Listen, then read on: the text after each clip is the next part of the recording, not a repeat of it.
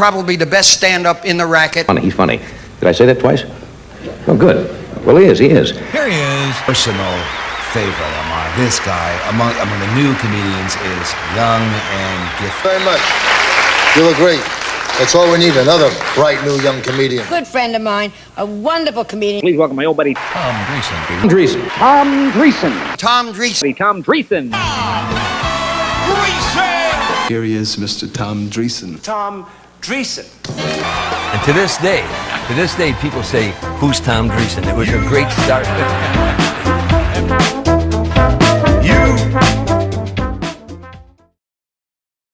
I know who Tom Dreesen is because I'm Tom Dreesen. And this is my co-host, Joey Goal. Or I call him Joey, but in show business, they call him Joe Goal. It's very important to take the Y out of it. Very important. Because why? Because my IMDb says Joe Goal, and, well, because you can't be like I don't know, my mom always told me you can't be like a 60-year-old Joey, and all Italians end in a Y. Tommy, Joey, Frankie. But you tell me why it's important. Well, no, but I think that's so funny because your mom is Italian. Right. And everybody knows Italians. Yeah. They're not Bob, they're not Bill, they're not Tom. Yeah. And when they're 80 years old, they stand on the corner. Bobby, hey, Joey, hey. Hey. Well, my grandmother, I think she said Joey, and my mom, I think that she just wanted to butt heads with her, so she said, no, it's always going to be Joe. So, well, listen to Mama. You listen to Mom, right? Listen to Mama, yeah. Anyhow, I am Tom Dreesen, and we come to you every week because we want to bring you laughter, we want to bring you motivation, we want to talk about what's going on in Joey's generation and what's going on in my generation. Everything but politics. We're not going to tell you who we vote for because, it's none of your business who we vote for, and it's none of my business who you vote for. Just because somebody's in show business or they think they're a celebrity, they start preaching to you, well, you know who you should vote for. How dare you have an ego that big that you think just because somebody thinks they like your singing or they like your acting or they like your comedy, that they also are dying to find out who you vote for. It's BS, and Hollywood's full of it. Yes, yeah. Thank you for that intro, Tom. And I always ask you, and I always start, how was your week, Tom? It's been a great week, and I'll tell you why. Because I start every day out, and you might want to do this, and you might want to do this. I start every day. I get out of bed. The first thing I say is something amazing is going to happen to me today. I expect great things. I expect joy. I expect abundance. And when you expect the best, then the best has no choice but to find you. Ooh, I like that. When you expect the best has no choice but to find you. That's right. And did you come up with that? No. Yes, I did. No, I switched it around a little bit. But that's really the way I feel every morning. When I get out of bed every morning, I don't feel like hopping out of bed and running and get everything done. Sometimes I get out of bed in the morning, I don't even feel like getting up. Right. But then I'll talk myself to, I'll say, something amazing is going to happen to me today. And every now and then, something like that does happen. Sure, yeah. Like I'm playing golf and I get a hole in one. That's amazing. And how many do I have? 8? 7. Ooh, I was close. And speaking of golf, you golfed today. You came from the golf course, right? Mm-hmm. And did something amazing happen on the golf course today? Yeah, I probably scored the worst I've ever scored. I had the worst day on the golf course. Make the best out of every situation. Yeah. And do you, not that it's any of my business, but I'll ask you anyways because he's my Uncle Tom. Do you play for a little bit of money too? You gamble on the golf course? Yes, we have a shilling or two. No, my guys are all gamblers. The name, ironically, of the guys I gamble with, it's the name of the group is called the Rat Pack at my country club, Sure. Lakeside Golf Club. Yeah.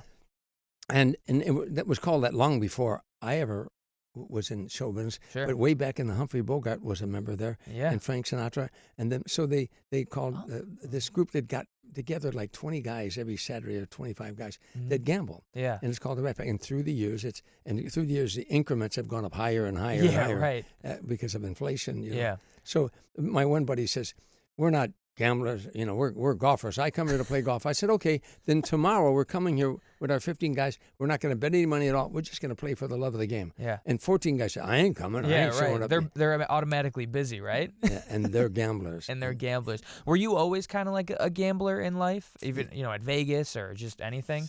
Well, when I was a little boy, when I shined shoes in all the bars in my neighborhood, there was the black kids and the white kids. They would get off to the side sometimes, and they would lag. You know, like they would put a line in the dirt. Lag. And they would lag pennies or nickels, whatever you wanted to gamble yeah. for, and the closest to the line. Or they'd do it on the sidewalks. Sure. Sidewalks, you'd lag the line in the sidewalk, Right. you know, like 2 lines above. Yeah. And so even as a little boy, I was, you know, well, I made so much money, maybe I can make a little money. I used to bring my money home to help feed my brothers and sisters. Yeah. Maybe I can make a little money for me. Sure. Then when I caddied, the caddies did the same thing. The caddies, you know, we had a basketball court and we had a field of a baseball, and we'd gamble like, you know, playing like horse or, Right. you know, pig or something like that. Right. So it was always in my blood. And then, of course, when I went in the Navy, I gambled. When I went in the show business, even when I came out of the service, working construction, Right. sometimes I would go to the racetrack, Washington racetrack, where I grew up at, and I would, you know, bet the horse side. I would sneak, you know, they called it rat holing. Married guys in my days called it rat holing. You'd have a wallet, and you know, I was a bartender, and I get some tips. I maybe put $2 inside my wallet. Yeah. So the wife didn't know about it. Yeah, right. This is going to be my gambling Your money. gambling Then money. I'd put another $2. And I'd get about $20 Yeah. in that billfold. And I'd say, I'm going to go out and meet with the guys on the corner. I'll be back. And she'll say, don't spend that $20 while you're out there. I said, you're not supposed to look through my wallet. I don't look through your purse. She got you, huh? I got the first time I went, it's a quick little Vegas story. The first time I went to Vegas was, I had just turned 21, and I went with my manager at the time, my acting manager, and he was bringing a guy from CAA, Creative Artists Agent, right? And he called me up one night, and he said, hey, what are you doing tomorrow? And I said, I don't know. I just moved to LA. He says, do you want to go to Vegas tomorrow, right? And I said, what's the plan? He said, we'll drive there at 6 a.m. We leave on a flight that next morning, right? So it's 24 hours in Vegas, right? So I said, sure, why not? I'm 21 years old. Drive to Vegas at 6 a.m. I'm excited, you know. Broke at the time, so I only brought like $500, right?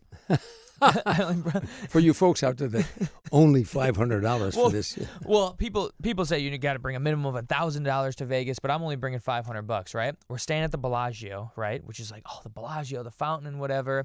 We have tickets later to go see the Vegas Knights hockey game, right? Mm-hmm. To digress, we get to the Bellagio. I call my dad. Actually, my dad calls me, and he says, before you even get to your hotel room, he goes, go to the roulette table and put $100 on black, right? This will determine how your trip goes. So I said, I better win this $100. That's what I'm saying, right? So I go to the roulette table. I said, put $100 on black. My manager puts $100 on black. It goes around, red. We lose it, right? I'm cursing. He's like, you can't curse at the table, sir. Now I'm like, this trip is going to be awful. I lost all my, right? Now I'm down to $400, and I call my dad back, and I go, I lost it. And he goes, it's fine because you lost now. That means you're going to win later, right? So I go, I'll be waiting on, you're going to be waiting on a phone call, right, tonight. So we go, we play a little bit of blackjack. I lose there. We go over to the Fontainebleau. I lose there. We go over to the Cosmopolitan. I lose there, right? So now I'm down to like $50, right? I said, okay, let's go to the Vegas Knights game. I'll throw a little money on that. I throw my last like $50 on the Knights, just praying that they win. They did win, so now I'm up to like $150, right? After the game, 10 p.m., and I have never played craps before, right? My manager, that's his favorite game. At this time of the night, probably like 10:30, 11 o'clock, the minimums are like $50 minimums, right? Mm-hmm. So in my head, I'm thinking, I got 3 rolls, right? Right? He goes, don't worry about it. Just roll, like press line, basically teaching me how to play. Long story short, at the end of the night, I end up going up like $1,500. Really? I almost triple my money, and I rolled at the very last roll. On the first roll, I rolled 8 sevens in a row. Really? 8 sevens in a row. Really? That's unusual. And now we got people around the table, and they're calling me Joey G, because my manager, he actually called me Joey too. He's a Chicago guy. And he goes, Joey G's, keep rolling. I mean, there's people around us. I'm like, I'm coming back next week. He says, you don't want to do that. But that's my quick little gambling story. Well, here's one thing that you made a mistake. What you take to Vegas is how much can you afford to lose? If you can only afford to lose $200, take that. When that's gone, then go dinner. I mean, keep money aside for dinner and whatever. But say, I can afford to lose $500 or $300. Sure. And don't, when you lose, don't, because when you start chasing your money is usually when you lose. That's the problem. But, for you folks out there who want to know what gambling degenerates Yeah, who right. destroy Welcome America. to our podcast, right? You know, while you're at that, I sometimes when I work Las Vegas, Mm-hmm. I would say, if you live in America and you're a married man and you've got 4 children and a wife, and every week, you know, you spend your money that you earned and you gamble it away, and now you're 4 months back from rent, and the children haven't eaten in 3 days, and the wife is starving. Around the neighborhood, you're considered a low life, but in Las Vegas, you're considered a high roller, a preferred guest. That's a good joke. That's good. They love that. Speaking of gambling and golf, I know we've touched on this before, but I'm always super superstitious. Are you like that as well? Yes. And You by the are. way, when you played sports, were you superstitious in sports? I wore the same socks. I wore the same underwear. I wore the. I listened to the same tracks. Were you like that? Are you like that as well? Yes, I am superstitious, and I one time ESPN I was playing in the Fred Meyer Challenge in Portland, Oregon, for Peter Jacobson, a wonderful golf pro, and this is some years back. Anyhow, when I was up there, the ESPN gave me a camera and a crew, and I was to go around and try to find out what the amateur golfer and the pro golfer might have in common. Yeah. You know, so I say, amateur golfers I know are superstitious like I am. I asked Arnold Palmer, "Are you superstitious?" He said, "Whenever I play in a major tournament, the PGA or the British Open or the Masters, right. he said, I always play with a brand new pair of golf shoes." He said, I'm superstitious about that. Bob Tway said, I never tee off with a golf ball with a number higher than 4. If it's Titleist, it'd be a Titleist 1, 2, 3, or 4. Never higher, because I don't want to get a score higher than 4. So he was. That's kind of cool. Lee Trevino said, I never tee off with a yellow tee. He said, because back in the day when he was in the Marine Corps, that signified like being afraid. A yellow tee? Yeah, yellow tee. He said, I never tee off with a yellow tee. If I have a yellow tee, I'll throw it away. He said, and also, he said, when I'm putting for birdie, I'll put the coin down to mark my ball, and if I have heads up. If I miss the birdie putt, next time I put the tails.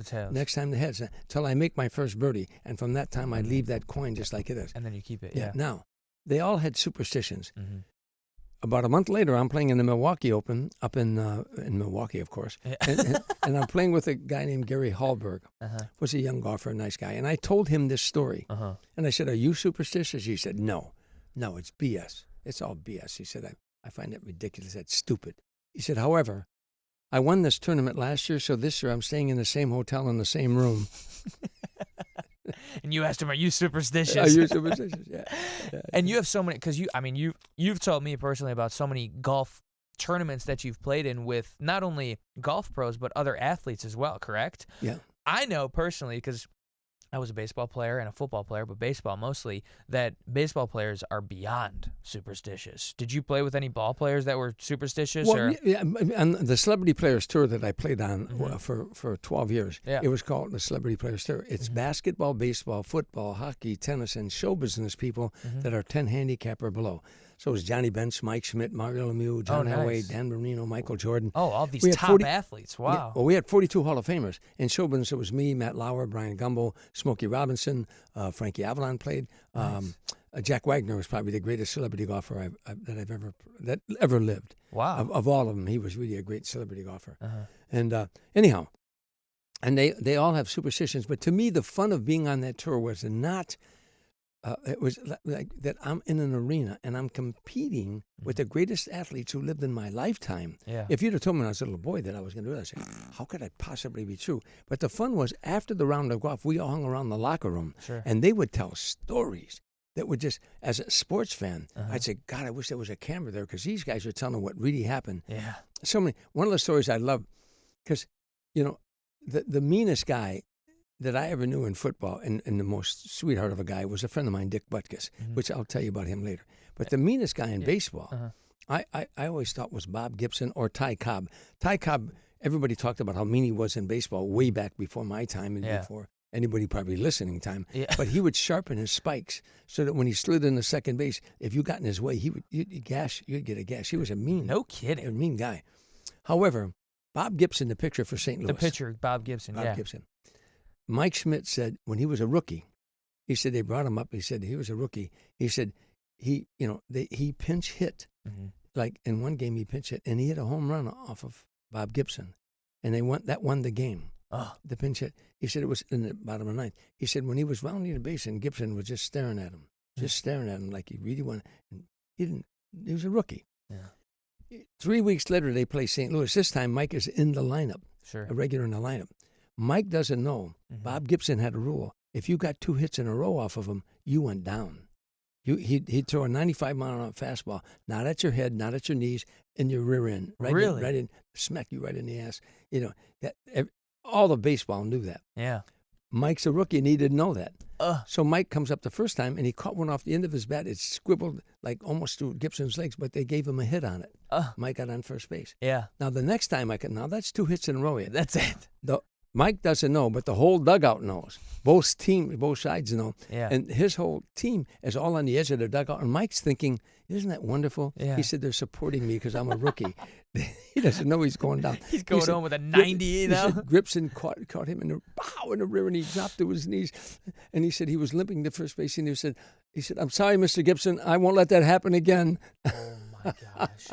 He did not. And, by the way, in baseball in those days, rushing somebody back was part of the strategy of the game. Sure, yeah. If you were crowding that plate a little bit too much on the inside, they're coming inside. They're coming inside to brush you back. Yeah. And so it was part of the strategy of the game. Johnny Bench told me that Gil Hodges told him a story. Now, Gil was before Johnny's time, but he said when Gil was in the minors, he said they made like $100 a month. He said the manager came out to the mound one time because their best player just got hit. Yeah. So he came out to the mound when and told this new rookie kid that was in the minor league. Mm-hmm. He said, "I want you to hit this guy." And the kid said, "What are you talking about?" He said, "I want you to hit this guy. They just hit our best player in the last inning. They hit our best player. The kid said, "I don't want to hit him." He said, "You'll hit him, or I'll fine you $50." Well, he only made $100 a month. That's half your money. Yeah, that's half the money. He said, or I'll fine you $50. The kid fired a pitch at the guy, and the guy dove out of the way and landed on the ground. The kid got the ball back from the catcher and threw the ball and hit the guy while he was laying on the ground. He can't afford the $50. He said, the guy's laying on the ground. He nailed him when he was on the ground. He said they threw him out of the game, but he saved $50. But he saved $50. Yeah. Oh, that's great. And then Dick Butkus, you were going to talk about Dick Butkus, who, if you don't know, was a linebacker for the Chicago Bears, correct? Yes, for the Chicago Bears for years. He played on teams. The Bears are like 1-13 or 2-14. What years was it? Do you know? Back in the 60s, Dick Butkus was All-American at University of Illinois. Could have played anywhere, but he wanted to play for the Bears. Yeah. But who you knew? Yeah, I knew Dick real well, and we, I had a golf tournament that he would play in. Yeah. Celebrity tournament, and I liked him a lot. But to watch him, if you have never seen Butkus play, go on YouTube, look up Dick Butkus, and you'll see how he just brutalized quarterbacks. Yeah. They would have to put 2 and 3 guys on him. Mike Garrett, who was a good football player himself in his day for Kansas City and I think Dallas, but he also became the athletic director at USC. Mike Garrett told me one time, I said, this is a question I used to ask all the athletes I knew. Who's the greatest player who ever played your sport? Who's the greatest player who ever played, your position? Sure. And I said to Mike Garrett, who's the greatest player that ever played your game? Mike Garrett was a running back. He said, Butkus. I said, Dick Butkus? Because it's a defensive player, He said, Tom, Dick Butkus. He said, 11 guys are on the field on both sides in football. He said, we had to be constantly aware of what Dick Butkus was. Yeah. And he said that he threw our whole offensive scheme off. Yeah. We had to put 2 or 3 guys on him. Once you do that, somebody's open. He said, right. We were so terrified of this guy because he would just mess up our offensive scheme. He would hurt people, Wow. He said, I never knew any one man that so dominated an 11-man team. Yeah. I said 22 guys on the field. Yeah. He said, and everybody knew where's Butkus at. Yeah. Because anyhow, he changed. But anyhow, there's so many funny stories. I once asked Gale Sayers, who was a great running back for the Chicago Bears. Incredible running back. And he played with Butkus. Oh, yeah. They're on the same team. Yeah. We were sitting around. I said, Gale, who hit you the hardest? Who tackled you the hardest? He said, Butkus. I said, no. Who tackled you the hardest? He said, Butkus. I said, you and Butkus were on the same team. He said, I know that. He said, in practice, we could hardly wait till Sunday to get away from this guy. Oh, my Because gosh. he played practice the same way he played the game. Really? Yeah. That's Yeah. great. And I know you talk about them being the meanest guys. Did you know Bob Gibson too? No, I never met him. You did. No, I never, but outside of football, was Dick Butkus a mean guy? No, he was just a gentle giant. But I'll tell you something else. Deacon Jones one time, I was the master of ceremonies for the NFL alumni dinner, and we were all on the dais, and they were still having dinner. But Deacon Jones came out of the audience all the way up, and he walked up to the podium. I wonder, what the hell is he doing? He walked away. He said, "You quarterbacks out there, you try to compare me to Dick Butkus. There's no comparison between me and Dick Butkus. Because when I came to the game, I came to put you quarterbacks in the hospital. Butkus came to put you in the cemetery." Big laugh. Big, huge laugh. Yeah. Wow. But he wasn't a mean guy outside of football. Oh, no. But when he put that helmet on, when he put that, when he put that uniform on, it was wartime. Did you ever ask him, like, did he have to flip a switch or something? Or how did he have to? There was something about him that he got up for the game. Yeah. Bart Starr, who played for Green Bay. The quarterback, yeah. Bart Starr said to me, "Tom, you have no idea what it was like to get underneath that center, like you're getting ready to get the ball, and right here, this far away from his Butkus, his face is leaning in, and he said stuff is coming out of his nose and on the side of his mouth. He said he's growling, he's making sounds. He said, I grew up on a farm. He's making sounds I never heard animals make. He said, he said, that's the kind of sounds he was making. He was scared a bejesus out of you, I wonder, where those people get it from. Like, if it's just a switch, or maybe it's their upbringing. They think about things from the past, or I don't know. They were he's warriors, It's going back to the old Roman days when they went to the Colosseum and watched the gladiators. These were our modern day gladiators. Also, it's that desire to win. That desire to win that was in Butkus. And by the way, even with 2 minutes to go, and they're down 21 points, he's still Dick Butkus, and you still don't want to go his way. That says something. Yeah, that there was something else I was thinking about him that I wanted to say, but anyhow, he was again not the same guy. Right. Off the field, he was a gentle giant. Yeah, you probably got so many stories about that, but a completely different topic. I don't know if I told you, but I'm reading your book, Tim and Tom, again. Okay. Oh, really? Yeah, reading it again because I haven't read it in a while, and I think I have your copy because there's like writings in it, but whatever. And as I'm reading it and talking about you and Tim Reed's upbringing, right? And it seems like fatherhood was not really a big part. It wasn't in your household, right? And you guys being comedians was, and I know we touched on it a little before. Who was funny in your household? Was anybody teaching you how to be funny? Or I know you talked about Polizzi, right, being funny, but other than that, was it anybody or no? No, here's the thing. By the way, for those of you folks who don't know, Tim Reed and I were America's first black and white comedy team. In history shows we were the last. There's never been another black-white comedy team. Since Tim and I, we did it from 1969 to 1975. Right. So, and Tim he was fatherless for a while. Yeah. For a long while. And I had a father at home, but he was a heavy drinker. And sure, nice guy, but he had a master, and it was alcohol. Yeah. He just he never saw me playing these sports and things like that. He wasn't. I didn't mean there wasn't a father. I just think the presence of it. And that and by the way, I in my home I was the funny kid. Right. I was always making my brothers and sisters laugh, and right. and making my sisters do things that would make sure. Yeah. I was always the funny kid. I couldn't be funny in school because I went to Catholic school, and nuns do not reward you for ad libs. No. Yeah. All the nuns belong to the NRA, the National Rulers Association. Right. Yeah.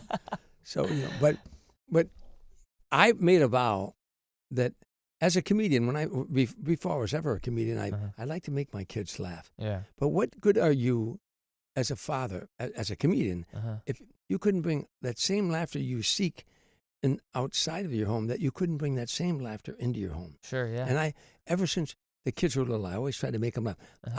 I once told this story, and I hope the kids are watching because they never forgot this. I hope your kids are watching. You might have better things to do. I understand that. But I one time I sat them all down and I said, when I was a little boy, there was an old guy in our neighborhood named Tippy, and that part is true. Yeah. And Tippy had an old beat-up car, and we never had a car. My dad never, thank God my dad never had a car because he drank, he'd been running people over. But I said, Tippy picked up all of us kids. There was a picnic. They called it the Tavern Picnic in those days in the woods, not far from Harvey, called the Thornton Woods. All the tavern owners, 36 tavern owners, each had their own booths and stuff like that, and they had horseshoes and sports. Sure. He was taking us to the picnic, the whole family in his old beat-up car. And he had a dog, and the dog had to be in the back seat, and with kids all petting and everything. Oh, yeah. So on the way back, he stops to get gas. And the dog had eaten chicken bones and everything at the picnic and everything. Now the dog was really, really sick. And so we got out. He pulled in the gas station. It wasn't a modern gas station. It was an old gas station with an old guy running it. Yeah. And the old guy came out, and the dog was like laying on the side. He got him out of the car, and he's trying to walk him a little bit. The dog was sick. And the gas station guy, I'm telling the kids this, old man, he said, "What's wrong with your dog?" He said, "Well, he's nauseous. He ate a lot of chicken bones." He said, and he said, he went and got a teaspoon, and he put gasoline in it. He said, "Let him sip this." He said, "No, let him sip this." He said, I told the kids, he put this teaspoon of gasoline in their dog, and that dog stood straight up like this. And ran around the gas station. He's running around. Yeah. I see finally just fell over. And he died. Did he die? No, he ran out of gas. My kids said the same thing. "Dad, did he die?" I said, "No, he ran out of gas." They laughed, and they laughed. From that time on, they would bring their friends over to the house all the time. And they'd say, "Dad, tell them about the picnic you went to when you were a kid," and they'd be hanging on. "Mr. Dreesen, did he die?" "No, he ran out of gas." He ran out of gas. Yeah. Oh, that is great. And that's so important, and you made that vow to always make your kids laugh, right? Yeah, if there's laughter in a home, the greatest gift that God can bestow upon a human being is a sense of humor. A sense of humor is not when you have the ability to laugh at others' misfortunes or shortcomings. When you have the ability to laugh at yourself. Yeah. I would poke fun at myself when I did something dumb or stupid. I'd share it with my kids. Yeah. That's how you teach your kids a sense of humor. Yeah. You do something dumb, share it with them, and then think, it's okay. Yeah. It's okay to be dumb and to be stupid sometimes, to do dumb things, because they look at your parents like you're the gods of the universe. Sure. You could never be wrong. So when you are wrong, share it with them. Yeah. And it's one of the greatest lessons and one of the greatest things you can teach a child is the ability to laugh at yourself. Yeah. Don't take yourself too seriously. And did your kids, I know your kids very well, who have some great one-liners, by the way, but did they, look up to you as this like comedian and, these people that you've met and, who you know in different bands and different musical and celebrities, did they look at you like, wow, like this is my dad kind of thing? No. No, I don't think. They just took it for granted when I got into the business. And I wasn't. I had 3 children, and wasn't in show business, and then I went into show business with a wife and 3 kids. Yeah. But they, most people come up, they'll say, whenever they meet a comedian, they'll ask their children, "I'll bet your dad was so funny. Imagine growing up with him." And my kids would go, "He wasn't funny all the time." But I did make it a point to try to make them laugh as much as I could. Did they have like a favorite, I don't know, like comedian or band that they enjoyed that you knew too? Yeah, well, I remember when my daughters were young, they wanted to see Eddie Murphy, Yeah, and right. Eddie Murphy was doing material that I wasn't sure that, but they go, "Oh, Dad, we've heard all that." They wanted to go to the Comedy Store with me and watch Eddie Murphy, Yeah. And they've, and my daughter now, Jennifer, is a big fan of, on my mind, Theo Von. Theo Von, yeah. Yeah, he's great. Yeah, and I worked with him at the Laugh Factory a couple times. Oh, did you? Yeah. He comes in the Laugh Factory and drops in and does a set. Yeah. But, they had they weren't, my oldest girl was a big Osmond fan, a Donny Osmond fan. Okay. I don't know who Donny Osmond is. You don't know who Donny Osmond is? No. Whoa. And probably most of you do not. Who is Donny Osmond? Donny Osmond and the Osmond family. They had their own hit series and all that. The Osmonds, they were like the White Jackson family. Huh.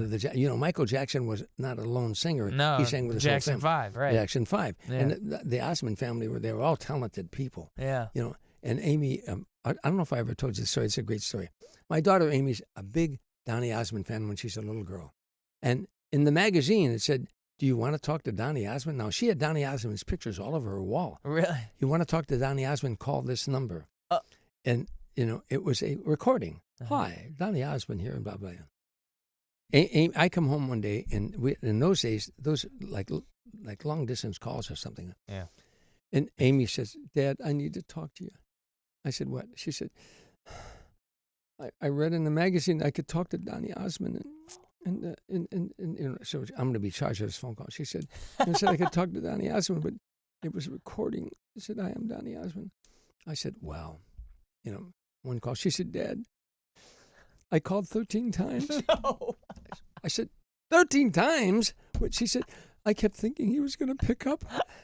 No, she did not. I swear to you, it's true. And you can ask Amy next time you see her. Oh, my God. She'll say, oh, did he tell you that story? Yeah. but anyhow, she so I got to discipline my children. I said, okay, you babysit. Yeah. And so I'll get the phone bill. Mm-hmm. And then when you babysit, you'll have to pay us back for doing that. Sure. Okay.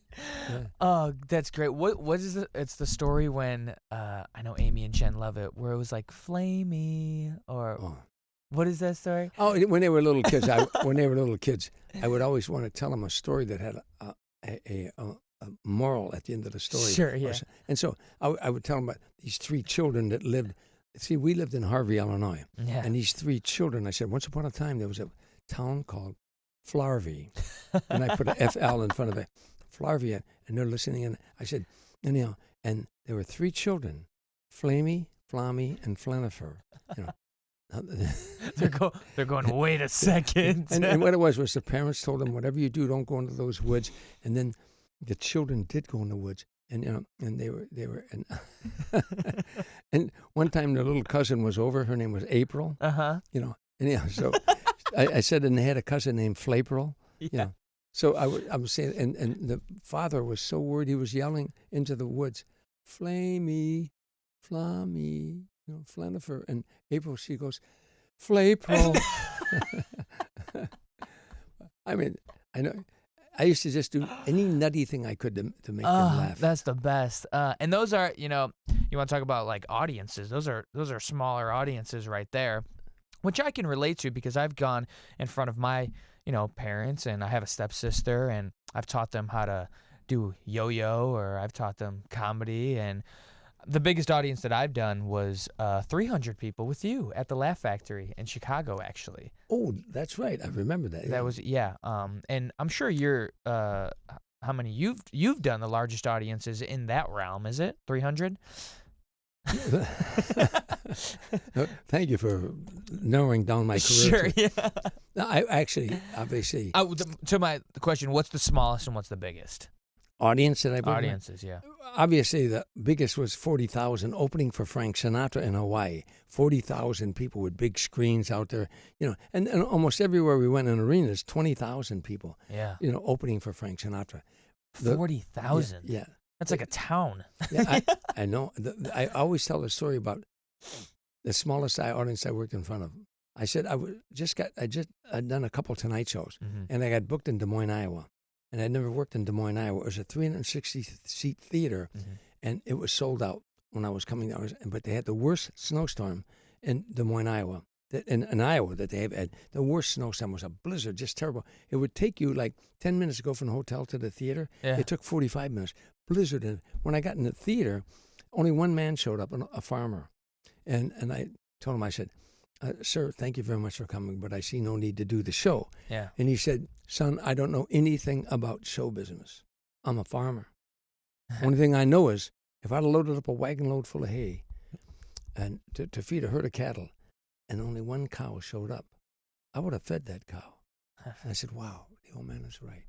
So I did my show, and I kind of got carried away with the sound of my own voice, and I did about 2.5 hours. And when I got done, I said to the old man, what did you think?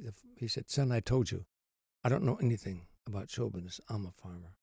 One thing I know is if I'd load up a wagon load full of hay to feed a herd of cattle, and I'd have drove 400 miles to feed them, I wouldn't have fed them the whole damn load. Now, that's an apocryphal story. It didn't happen, but whenever somebody says, what's the smallest audience, I always tell that story. Great. Oh, that's great. But, again, going back to telling your children, funny things. One of the duties of a father is to make the home a happy home, and a mother a happy place to go to, no matter what's going on in the world. And they're in school, they're having problems with this, that, and the other, and you're having problems. But when you come through that door at home, it's going to be a happy place to be. If you can achieve that. Yeah. How important is a father in home? The number one problem, domestic problem in America, is the breakdown of the family. A kid that's raised without a dad in home is 15 times more likely to be poor and commit crimes. He's 9 times more likely to drop out of school and 20 times more likely to end up in jail. Wow. That's a national statistic. Wow. Yeah. Just without a father, huh? 40 million children in America have no father in the home. Really? 40 million. It's the number one domestic problem is the breakdown of the family. Huh. And your charity is Illinois Fatherhood Initiative. Illinois Fatherhood Thank Initiative. you for bringing that up. Yeah. Yeah. I started that, and I started being. It used to be multiple sclerosis. Every year I'd run 26 miles for my sister Darlene. Right. I called it 26 miles for Darlene. But the other is lately, in years past, I started going the Illinois Father Initiative when I realized this problem in America. Yeah. It's the breakdown of the family structure. Yeah, it really is interesting how much a father has an impact on a family. But counter to that, I'm going to talk about audiences, and I know we've touched on this before as well, and I'm bringing it back up, but something I've never asked you was the 10 largest insurance companies in the nation did a study on the fears of man, right? Number 1 was speaking in front of an audience, correct? Well, what they did for 8 years, they did around the country, insurance companies around the world, of the around the world. The 10 fears of man. Yeah. Death was 4th, pain was 2nd, but getting up in front of an audience was the number 1 fear of mankind. That was number 1. Well, you've definitely conquered number 1, I should say. But number 4, as you say, is death. Were you ever afraid of, and I know we might get deep here, but were you ever afraid of death or no? Well, when I was younger, when I was in the military and things like that, I was. You were, huh? Yeah. Well, I wasn't afraid. I was concerned about this. The unknown, or what? That's exactly what is the unknown. But then I just started thinking about what it really is all about. And when you think about it, birth is a long time. Yeah. 9 months you're in the womb, and then when you come out of the womb, there's a lot of pain, and you're crying, and then you get cracked on the rear end, and right. and you cry. But birth takes a long time. Death it's over. Just like that. It's over. Yeah. And I think that I'm not afraid of death. I'm afraid of an unlived life. Right. That's what I'm afraid of. I don't want to be laying on that bed and saying, I didn't want to when I was younger. Now I know I've done a lot in my life that I can. In the end of your life, all you have are memories. Make some good ones. Yeah. And I made some good ones. Yeah. I made some good ones. So and again, you've heard me say this so many times that I believe in my motivation talks. I talk about this that you have 2 choices. You can live every day until you die, or you can die every day until you die. And worrying about death and fear of death and worrying about death is dying every day until one day you die. Right. But what about live every day until you die? Yeah. Yeah. No, it's always wonder. And, we're both Catholics and religious, and we say, I look forward to the resurrection of the death and the life in the world to come, Yeah. And you hear those stories about those people who go to heaven and back, right? Didn't you have a buddy that did that? They have what they call NDE, near-death experience. Near-death experience. Yeah. Didn't you have a buddy that went through Lee that? Trevino, the golfer. Oh, he did? He told me that he... What's that story? He was struck by lightning in Illinois at the Western Open golf tournament. Not only him, a golfer named Jerry Hurd and Bobby Nichols. Yeah. And Lee Trevino. All 3 of them were struck by lightning. And Lee said he was on the fairway waiting for the guys to get off the green, and he was leaning on one of his golf clubs, and it was like on his haunches, and lightning struck the pond to the left and went across the fairway and zapped him. Wow. And Lee told me that he was out, and they brought him to the hospital, and he said that he was out, but the light at the end of the tunnel, he saw his mother who had passed away, and she was saying, Lee, go back. He said, I don't know where I was, but I've never taken heroin or drugs like that. He said, but you could give me 1,000 shots of heroin. I couldn't tell you how euphoric I was. Wow. Really? He said, I felt incredible, just incredible. And my mom was saying, go back, Lee. It's not your time. Go back. And he said, I came to an hospital. And I didn't want to be there. Wow. I wanted to be where I just was. Really? He said, that's what he told me. He said, that's why right now I have no fear of death. I know it's like, yeah. Isn't that interesting? That's incredible. Yeah. Wow, that's incredible. Well, we told a lot of stories, jokes, motivation, pretty much what we came here to do. Do you want to leave us with anything before we get out of here? We talk about, I talk to you about, about live every day until you die. Sure. That I read this one time, and I'll repeat it to you. It said, you know what? Think about these things. Eat the damn chocolate cake. Walk in the rain and splash in the puddles. Ride with the windows down. Dance, sing, talk to strangers, smile at everyone, hug someone, go barefoot, take naps. Make lots of love. Try new things. Spend time with kids. Laugh every chance you get and help others. Live life to the fullest. No regrets. Life is way too short. So that's it. Just go out and live it. Live life. Every day is a celebration. What wonderful thing am I going to do today? Whose life am I going to change? Who might change my life? Yeah. Every day is a celebration. Yeah. And something amazing might happen on the golf course tomorrow if you go and golf, Right? I never thought. Yeah. It'll be amazing if I don't lose any more money. Yeah, right. Anyways, thank you for being here. Make sure to follow, like, subscribe on Instagram, YouTube, TikTok, Facebook. We're on Apple Podcasts and Spotify Podcasts. And we will see you next time.